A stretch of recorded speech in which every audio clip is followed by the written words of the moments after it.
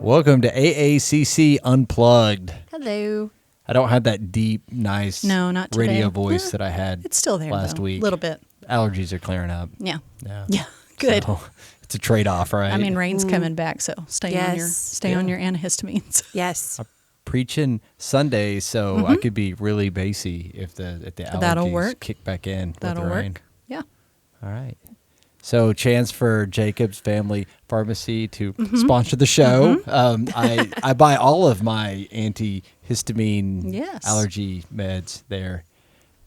Tim actually, like, I don't want to say he kind of changed my life. Yeah? I never had bad allergy stuff until I moved here. And I remember I did not sleep well for like 10 days. And I remember I was teaching on a Wednesday night, and I remember just being like very foggy, and I was like, man, this is not working. And I got done. I just felt terrible. And I think Jamie was like, you have to talk to Tim. And he set me up on a regimen, and I'm telling you, I've not suffered since then with the allergy thing. And so, I mean, that's been 3 years. That's great. So anyway. Good. But when it comes up just a little bit, I get that bassy voice. It's kind of fun. But no, it's been good. Good. I just take mine when needed during the season. Oh, mine's every day. Good. It's terrible. Yeah. Yeah. So if you forget, do you notice like pretty quickly? Oh, absolutely. Yeah. I would be on Benadryl if I forgot, and it would be a terrible day. Nice. I Yes. hate the Benadryl days. I know. It's terrible. And so I don't know. I mean, that's a little bit of a segue. I think we were going to talk about. See, I'm making a segues, transitions. To sponsorships. It can't just sound like we're talking about our day or our life or something. It has to be going someplace. Sure. Sure. But we do life together, so that's always good. Yes. That's true. Yeah. That's true. So I don't know. So I get to preach Sunday, and the kind of my key text is Jesus talking to the Pharisees and the rulers, and he's like, "You want to kill me?" This is after he tells them that they're children of Satan. He says, "You want to kill me because you don't have room for my word." And we were just going to talk about things that we make room for. I mean, maybe spiritual or otherwise. Could be your allergy treatment. You know, you got to make room You for gotta that. make Have room for to, it. yeah. You got to brush your teeth. Yeah, I mean, those things. deodorant. I mean, Things we all don't even think about. No. all the boring things, right? But yeah, I don't know. Do y'all have any habits that 100% you're going to make room for, either daily or weekly or even annually? Absolutely. This has been on my mind a lot, and I'll bring up our class again. Yes. Practicing the way. It's changing everything. So I literally made a list and put it on the wallpaper on my phone of, I don't hear you through this. is this better? Yes. Okay. Okay. Sorry. Yeah, that's I'm fine. like Doug who just looks over here. So I literally made a list so that I could see it repeatedly through the day of practices of spiritual practices of generosity, hospitality. I can't list all of them. Prayer, scripture reading, fasting, some more. There's lots more. Lots. But I think I've made room for scripture and prayer, but there's stuff that I struggle with. I just started fasting. Yeah. And I struggle with generosity and hospitality. So I really want to explore those and factor them into my daily routine and forget all of the binge watching of Netflix and things like that I do. It's mostly podcasts of Practicing the Way, the Rule of Life podcast, or just going back and listening to you or Doug on a Wednesday night or Sunday morning, something like that. Just fill my brain with everything good. Yeah. So has streaming gotten less enjoyable because it's not as good as it was a couple of years ago, or is it just because like maybe we've aged out of that time in our lives or found better things? I have like I feel like I'm missing out that I don't have like a show or things that I care about that are online that are entertainment or movies or TV shows. Like I'll give those shows a try. If my kids will mock me, they're like, "Dad, you've watched episode 1 of like everything and episode 2 of like nothing." I'm like, I don't enjoy any of it. Yeah. Right. No.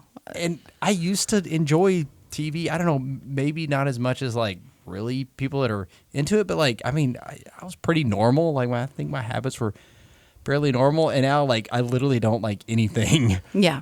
Streaming, television shows. I don't know. Have y'all found that?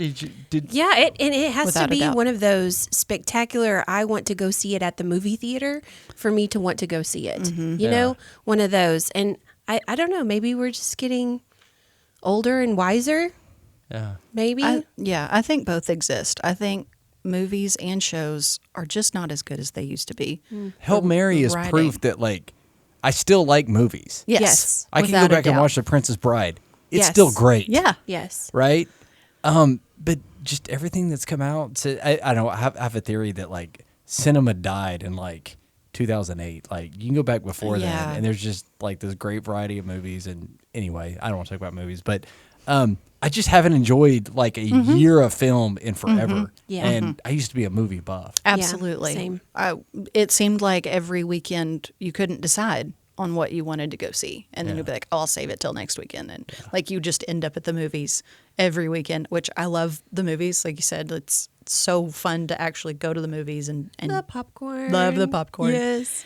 That was me in And middle school. so, I mean, yeah. I was just there with my friends just every All the week. time. Yeah, Like, Yeah. absolutely. So, yes, I think our tastes have changed and they're not as good as they used to be. Yeah. But then it feels like the streaming shows kind of came out and got really good. But now I don't even think like the culture. No. Stranger Things, like the culture kind of cared about that, but everybody thinks the last couple of years they were kind of phoning it in. And they only make like 8 a year and they come out every 2 years. So, Right. And since that show's ended, it's like, it just seems like the culture and me personally just doesn't care about it. Yeah. And, you know, I don't really feel the loss. I mean, I have better things Yeah. to do with my time. The reward's not high enough. Yeah. Like you said, it's good for a couple of seasons, 3 seasons maybe. Then the writing gets terrible. The storyline doesn't make sense and you just lose it. Like, Yeah. Okay, so that was our rabbit trail. Right. All Right. right, To other- movies. Other things that you make room for. Yeah. I make room for reading. I'm without a doubt. big book consumer. How many Yes, books yes, a she year? is. I feel like I've seen lists or pictures that you've put up. And I'm Yes. like, Over. It depends. Like I'm slowing down this year. I'm really being intentional with what I read and what I consume this year. I'm not doing any challenges. I'm not doing any any of those like I normally do. Like last year I did 7. It was insane. wait, 7 challenges. not 7 7 challenges. books. No. You realize there's people like, she read 7 books. No, That's me. I know, and Like- that's great. If You you, read that in a I- week, don't you? I used to. Yes, I used to. But now I've dialed it back. I do maybe 10 to 15 a month, which is less for me. I know. 10 to 15 No, books a month? Yes, It's yes. great though. How many is Garfield the star? Like, None of them actually. The thing with me is, being up here and going around. I usually Yes. have my You have audiobooks a book going. So I have playing. several audiobooks going, physical books, maybe 1 or 2 of those a month, if that makes you feel better. Yeah. Yeah, but most of it is audiobook. Yeah. But I've been really intentional this year to just slow down. Even with my Bible study, I'm not on a reading plan this year, and that's been so freeing. Cool. I'm going through. I know. I'm going through this really cool book that Thomas and Macy Beck gifted to me. Yes. It's the Available Apologetics. on the 13th, I believe. April 13th, is that right? Macy posted, the book will be available on Amazon. No. That's Thomas's book. Oh, sorry. I'm talking about a Bible. Sorry. Never mind. Apologies. It's the Apologetics Bible, and so reading all of the different debates has been really interesting. And that slows me down. I'm just in Leviticus, and it's April, so this is going to take me a few years, and That's I'm cool. really excited about Yeah, that. that's cool. Slowing down, making room for slowing down. very That's true. what I've been doing this year. But I always make space for books. My family, we've been doing the practices, and Sabbath has been really, really great. We've been very protective about our Sabbath day. And Waylon has a new job, and so he wasn't able to do the last couple, but now he has gotten off for that day, and it's going to be awesome to have that again. Just making room for things that matter, things that don't matter. When I was growing up, we kind of had a badge of honor to be that busy. I look back and I'm like, how did my parents do this? How did my parents cart 4 kids to all different things, all over the place, all at the same time? And we still found time for church. We still found time for youth group. We still found time for all of that stuff. But I look at that and I'm like, that life was exhausting. Mm-hmm. It was exhausting. So Absolutely. I don't know. It just making time for what matters instead of just all of the fluff. Yeah. Kind of the busyness. Yeah. Mm-hmm. Okay, so I want to go back to the books. I'm really curious about people that read that much. Okay. So like put it into baskets as like a percentage between like Christian, fiction, non-fiction, kind of what types of books are you plowing through at the rate of 3 a week? Most of them are fiction. I love mysteries. Yeah. I'm a big Agatha Christie fan. I'm almost done with all of her books, which I'm super excited about. The ones that are left are hard to find. Yeah. But big Agatha Christie fan. Love the old mysteries. I have all of the Sherlock Holmes at home. I love Arthur Conan Doyle. I love those kinds of mysteries. And so I consume a lot of mystery. Yeah. I would say I'm about 25% nonfiction and truly nonfiction. Like I don't include the faith stuff in that nonfiction. So probably 25% nonfiction. I'll read memoirs. I'll read biographies, history, and Christian works versus worldly works. I'm working on that. Yeah. Yeah, I'm working on that. I used to not consume very much, maybe like 4 or 5 Christian books a year. But this year, I've gone into a deep dive on fasting. I've read 2. I'm working on a 3rd book on fasting, and shout out the books. It's really, really awesome because it's ones that I don't know. So, Eat, Fast, Feast has been really, really awesome. I really enjoyed that book. We just finished, what was it called? God's Chosen Fast. I'm in that one now. And I'm currently doing, is it John Piper? Mm-hmm. A Hunger for God. Yeah. Oh, nice. That's the one that I'm in right now. And it's been fascinating. So, like I said, growing up, we didn't fast. We looked at people who did that you were an odd duck, and now I'm one of the odd ducks. So it's pretty cool. Yeah. Yeah. That's awesome. Yeah. So back to the mystery books things.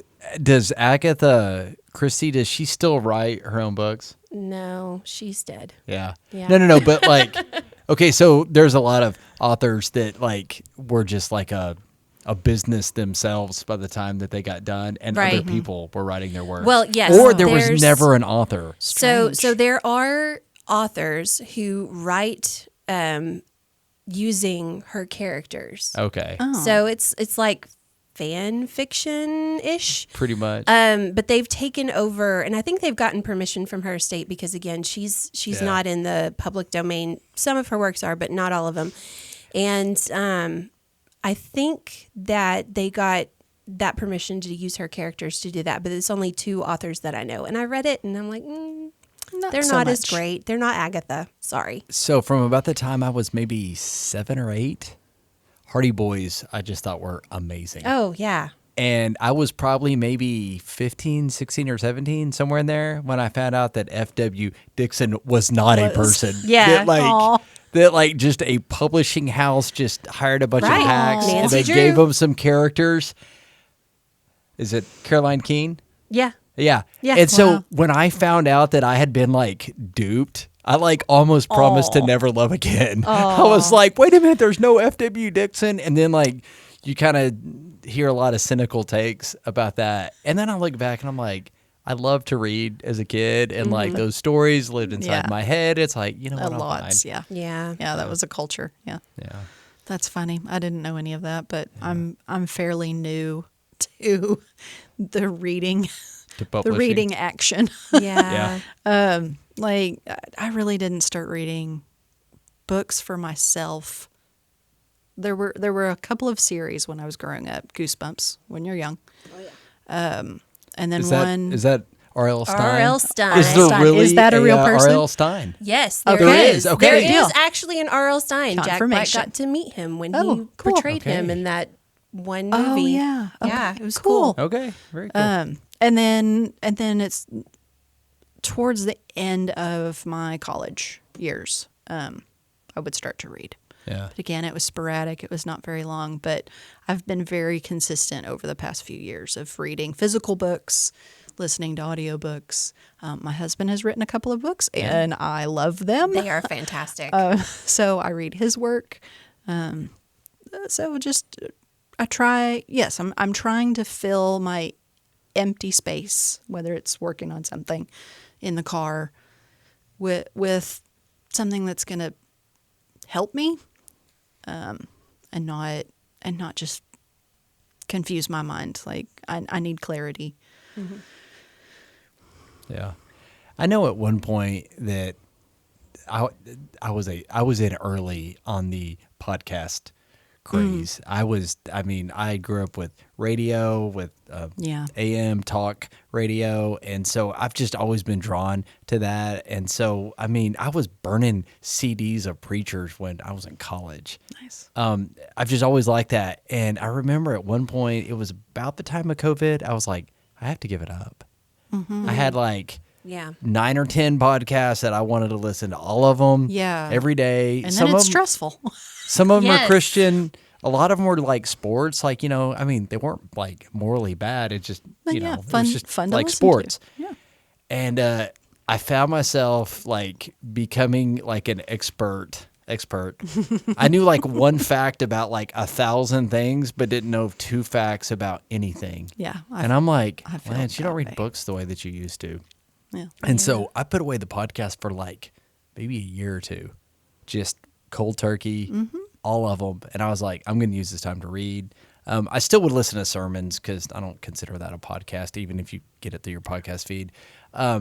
But yeah, I just intentionally said I need to make room. And now I listen to them, but I can kind of take it or leave it. And I'm a little more discerning in what I listen to. Yeah. I've been listening to the Fall of Civilizations, a single episode. It's like a 5-hour podcast about the Persian dynasty. And I started it before the war that we're currently in against Iran, which is the Persian Empire, the Persian people. And so, it's just fascinating. And that feels more like reading a book if you're listening to a podcast for that long. But for anyway, sure. it's taken me weeks to get even halfway through it. Wow. It's really good. Cool. Well, with dense material like that, it's going to take you some time Yeah. to process. Yeah. Aaron loves that good kind stuff. of history. Like, Yeah. I know he was originally an English teacher, but he's an English history teacher, Yeah. and he loves the consumption of mankind in general. Tell him to find the one on the Mongols. He on the Golden probably- Horde. It is crazy. He probably has. Yeah. Like, that boy is full of information. It's awesome. I need to expand mine. I focus I did- mostly yeah, on no. World War II and, I turn of don't the even do century. history. Like, Yeah, that's my jam. That's where I cool. usually live is in World War World II. War II. Mm-hmm. Yeah. Yeah. I guess I could talk about some of the things that are that I definitely am Yeah. going to make room for. Reading the Bible has I was that kid that didn't grow up in church, and when I went, I was like, some things had happened in my life, and I was just all in immediately. I got baptized. The church gave me a Bible, and I did what not a typical kid would do. I took it home and I just started devouring it. And I still have that Bible. It has outlines. It has markers. It has questions. It has comments. I can look back and see just like a lot of seething arrogance. Like, I get this and these adults don't. Interesting. I could see that in a lot of my notes and a lot of my thinking, but just such a joy to like look back and to know like, Yeah. This is how I've grown. See how God transformed you. Yeah. Yeah. well, and it's like I could have skipped any one, like there wasn't one day that happened, right? So like, I don't Years. know, if your dental hygiene is decent, like it wasn't one day that you cleaned your teeth. Yeah. Right. And to just, and so That I said consistency. something out loud when I taught the teens this week of like, just like, don't be the same person in 6 months as what you are now. It would be tragic if in 6 years you're the same person Right. as you are now. And so just like doing those little things every day, they really matter. They do. Yeah. And so just looking back about the seasons of life that I was really faithful and getting into the Word every day just for the sake of being in the Word. And it's different when you're prepping to teach. I mean, every minister knows that. But just having that habit, I haven't been in the habit as much. I kind of got out of it, but just journaling when I've journaled my prayer life, like Yes. my prayers are so much more focused. Yes. And so those are things that have helped me a lot. Kind of non-spiritual things is I'm not a daily person, but at least 3 to 4 days a week I try to work out. And Yeah. like It's consistency. I have a notes on my phone that I think goes back to 2019 when I started kettlebell swings. Yeah. And so it's pretty wild. And there's some gaps in there. I mean, there's some Yeah. seasons where like yeah. when like I moved here, like I wasn't doing it like I was before for like a few months. But just over time, I'm pretty consistent. And it's just encouraging. And so that's what's nice about keeping a journal when you pray. And we do that here for the staff. And what does that start in 2024? Our prayer journal here? I think so. I think we're coming up on the 3rd year. Yeah. I think we're finishing cool. the 3rd year. Yeah. We But- do that in our, oh goodness, our Timothy group. I almost said Tabitha, but our Timothy group, we do that. And Gail has she's the spiral. journals full of prayers, and she just likes to go back and look, likes to go back and look and see how God has answered those prayers. We Yeah. read, my kids do missionary, famous missionaries, famous evangelists, little biographies. And there's one, I can't remember his name, but he was the owner of an orphanage in England. And excuse me, he would not have any kind of plan for what they were going to eat that day or anything. And he just wrote down their specific prayer. And then someone would come along and say, hey, I felt led to give the kids Wow. our bread today. And like that kind of faith, just insane. And then he would put down, and it was a ledger. He would put down in the ledger, this is how God answered our prayer today. And some days they fasted and some days they feasted. And it was just, Wow. it was an incredible, incredible faith. That just goosebumps. I've Yeah. joked around Yeah, about that- doing a spiritual disciplines retreat, and I'm like, hey, we can save money on food. Yeah. We're there you fasting go. this We're weekend. fasting this weekend. Sorry, kids, no snacks. Right? But it's just that kind of faith is incredible and mind blowing to me. And that's one of the things we did when it was around the time that Tom was first diagnosed with cancer. Our kids in the backyard, we would be praying and we'd be praying and we'd be praying. And then every once in a while I'd hold it up and I'm like, this is what we prayed for. Guess what, guys? God has answered this prayer. And it was just fantastic for them to see that. Yeah, I Yeah. think we forget to look for those tangibles, and we do get bogged down in the busyness, Yeah. and things like that. But the consistency of being in the Word and reflecting, I think that's something we forget to do as well. Yes. I spent 2 decades maybe not growing, being asleep, as I say, stagnant, not pursuing God at all, but still thinking I was a faithful Christian. And just the living Word, just a little bit every day. It changes, or a little bit consistently, like we said. Yeah. Doesn't have to be every day. It's not every day. It won't be. Things happen. But though that reflection of where you've been, where you're going, looking for God's answers, whether they're yes or no, He's going to bless you regardless of what's coming. Yeah. That faith of maybe somebody will bring food, maybe somebody won't. Either way, we're going to be blessed in some fashion, whether we're hungry or not. Yeah. Absolutely. It's pretty mind-boggling and humbling.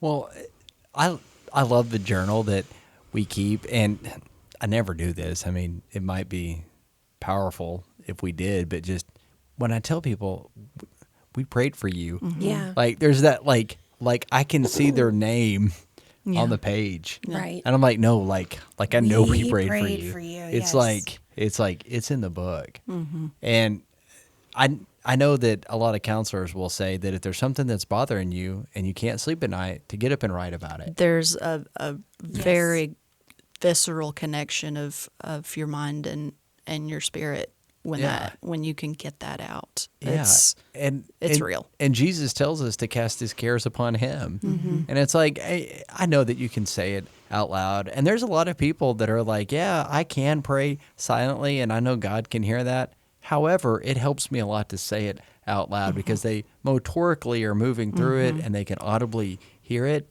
It's a posture. I don't do that a lot, but when I do write my prayers a lot, it does feel like, okay, I turned this over. It went from me to the page. Right. Yeah, And I think there's something to that. I agree. Yeah. 100%. All right. I'm motivated to pick up journaling again. I have a journal. I have a pen. I've had to start It's next. It's in my bedroom. I've had to start typing mine because I can't write. Carpal tunnel, getting old. But it's great because I can just look out. I can be staring at a wall or the sky, and I can just be thinking, and it all just comes out of my fingers, and then it's there on the page. So have you done the thing? I don't know. I think I learned this, or I might have taught this even, where like you turn off the monitor. So on like a laptop, you can't do this. You just minimize the screen. Yeah. And so like you open your document and you turn off the monitor and you just unleash stream of consciousness, just God, hear me out, and just get after it. Yeah. And then at that point, it's like you might want to turn the monitor back on and read it or edit it or something, or you can just be like, okay, God, it's yours. It's just a good way to get it all out. Yeah, it really is. Yeah, I like that stream of consciousness when you're thinking too hard, and the process just it doesn't happen. It sits with you, and it's your turmoil, and that's when I start inventing arguments that never would happen. I would never say some of these things to the people that I argue with in my mind. I don't need to be doing that. I just need to let go and let those emotions, those feelings flow, and then be done with it and stop arguing and being critical and pray. Yeah. All right. We ready to pray out? Let's do. All On that right. note. All right. Lord and God, we want to make room for you. We want to make room for your word. We want to let go of anything that isn't beneficial to our spiritual health, to our well-being, to things that don't serve the people around us. Lord, we want to say no to those things because we have a bigger yes, and that yes is you. And we just want to seek you, and we want to follow you, and we just ask that you fill our lives, fill our hearts. It's in the name of Christ that we pray. Amen. Amen. Amen.